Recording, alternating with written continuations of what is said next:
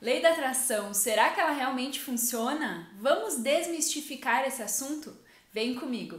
Meu nome é Letícia, trabalho com numerologia quântica e autoconhecimento, e esse é um dos assuntos que as pessoas mais me escrevem pedindo e não entendem.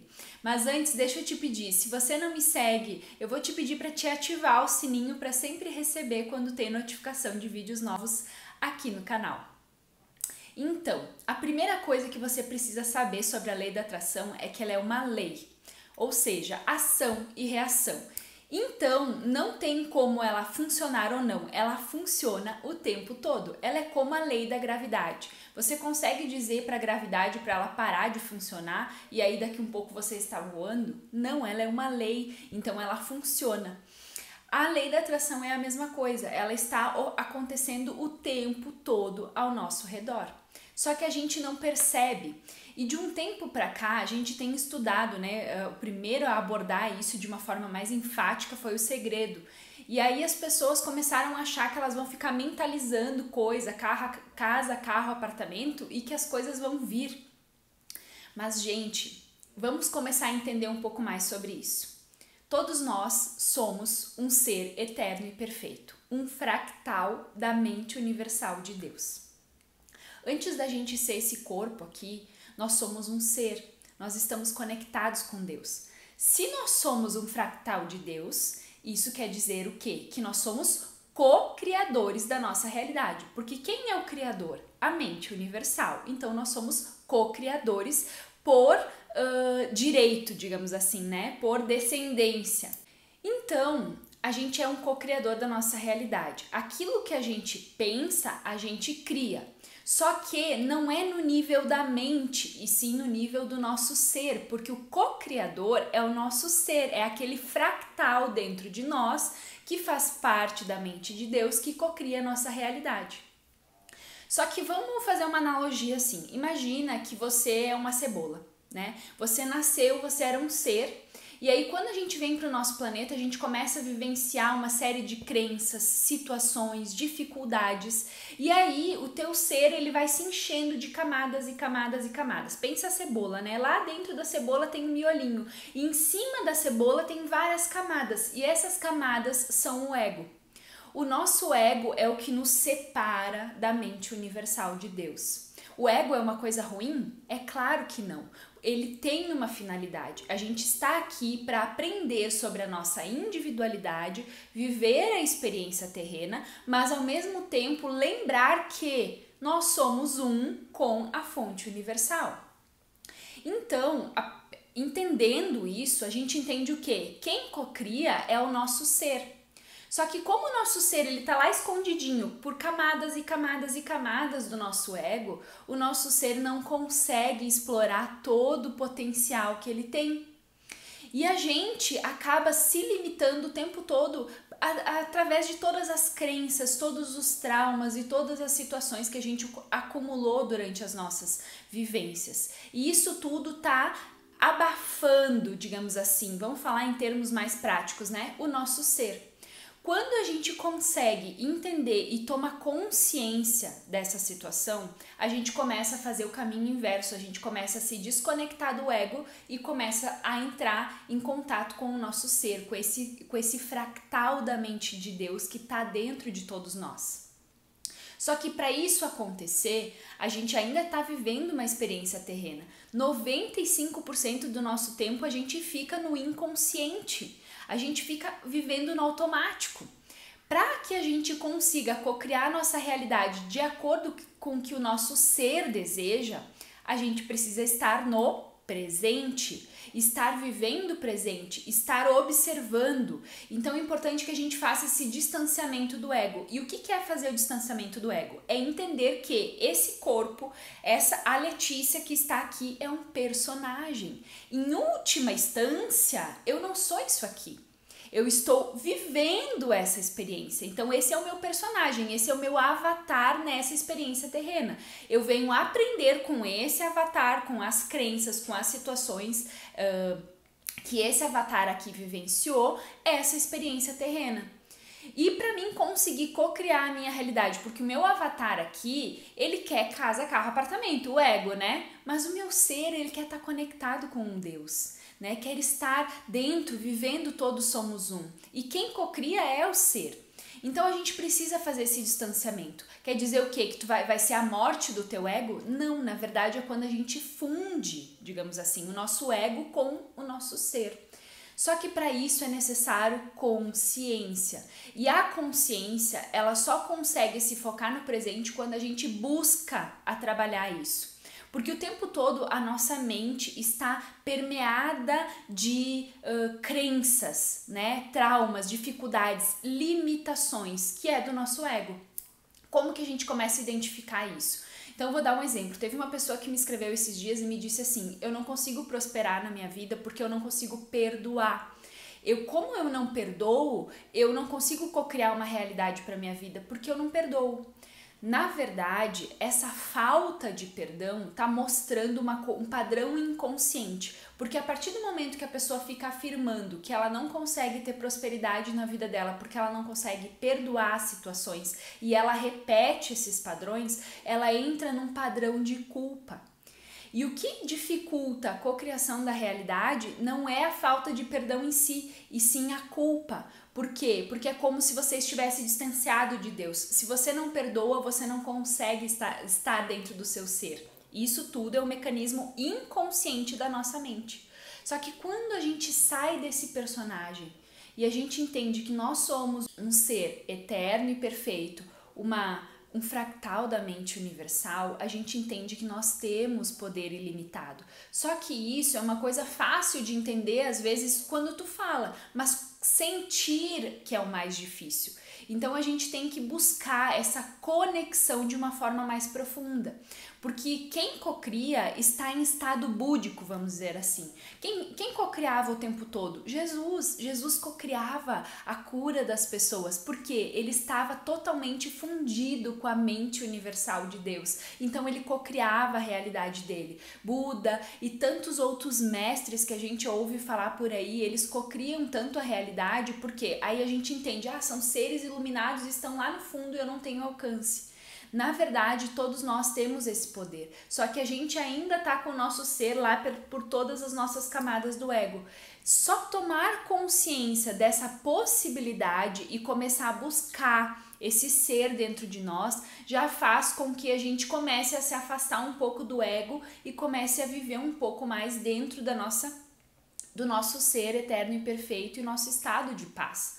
Só que para tudo isso acontecer, a gente precisa viver algumas catarses, a gente precisa soltar coisas, traumas, a gente precisa trabalhar, acolher as nossas dores, porque não adianta eu ficar me culpando, mas eu não perdoo, eu vivo de novo esse padrão, e a culpa é uma das coisas que mais nos distancia da realidade que a gente quer criar para a nossa vida. Então é muito importante olhar para isso de uma forma muito carinhosa, porque esse personagem aqui, ele precisa de compaixão. Porque se o meu ser que está lá dentro não consegue ter compaixão, não é um ser. Então a gente precisa fazer esse distanciamento. E a lei da atração é algo que a gente atrai por aquilo que a gente é. Então não adianta eu ficar tentando imaginar que eu sou uma pessoa próspera se dentro de mim eu sinto falta, se eu sinto escassez. E como que eu saio desse sentimento? Reconhecendo. Se você sente escassez, se você sente falta, reconhece, olha, isso é uma sombra. Tem um livro do Osho, que eu não lembro o nome agora, mas ele falava que uma sombra do nosso ego é como se fosse um quarto escuro. Quando você abre uma janela, entra a luz, e essa sombra ela se integra com a luz. A gente não pode negar as nossas partes feias. O que acontece é que a gente não quer sentir dor, a gente não quer admitir que a gente tem tristeza, que a gente tem negatividade, mas a gente só consegue fazer uma mudança de padrão quando a gente toma consciência e a gente aceita. Sabe aquela frase, aceita que dói menos? Muitas vezes é usada de forma pejorativa, mas é a melhor frase que tu pode ter na tua vida. Aceita a situação. Você não está conseguindo cocriar uma realidade melhor, não está conseguindo ter prosperidade. Olha mais profundamente. Será que é o perdão que não está conseguindo fazer ou se existe uma culpa por trás? Então, solta essa culpa. E aí o perdão também é uma coisa que vai acontecer. E muito antes de perdoar o outro, a gente tem que perdoar nós mesmos, porque a gente entra nesse mecanismo simbiótico o tempo todo de culpa, de não conseguir as coisas, porque a gente não consegue prosperar por causa que a gente tem muita coisa para trabalhar. Então, assim, sai desse padrão e vai lá pro teu ser. Né? Vai lá para encontrar aquele estado de paz que está dentro de você. E como que você faz isso? É só reconhecendo, tomando consciência. Não adianta você querer fazer mais um curso, ler mais um livro, fazer mais uma técnica. Essas coisas podem ser facilitadores, podem te ajudar, mas sozinho, com os recursos que você tem nesse momento, você consegue se conectar com esse ser que está aí dentro. E quanto mais você faz esse trabalho, mais você se conecta com esse ser e mais você vai entendendo quais são as necessidades desse ser. Será que prosperidade é realmente ter 2 carros, 20 apartamentos, não sei quantas casas? O nosso ser e a mente de Deus são ilimitados. Quer dizer o quê? Que você tem que viver na miséria? Não, você pode sim querer ter casa, carro, apartamento, dinheiro, mas isso não pode ser a causa principal da sua cocriação, porque o ser não está preocupado com isso. A mente de Deus está preocupada com o bem coletivo, com o bem de aquele único ser que é você mesmo, que está lá dentro, que está em sofrimento. Então tudo isso é importante a gente olhar, porque a lei da atração ela é totalmente ligada a isso. E a segunda coisa que a gente tem que lembrar da lei da atração é que nada se cocria pedindo. O universo não entende pedido, o universo entende intenção e energia.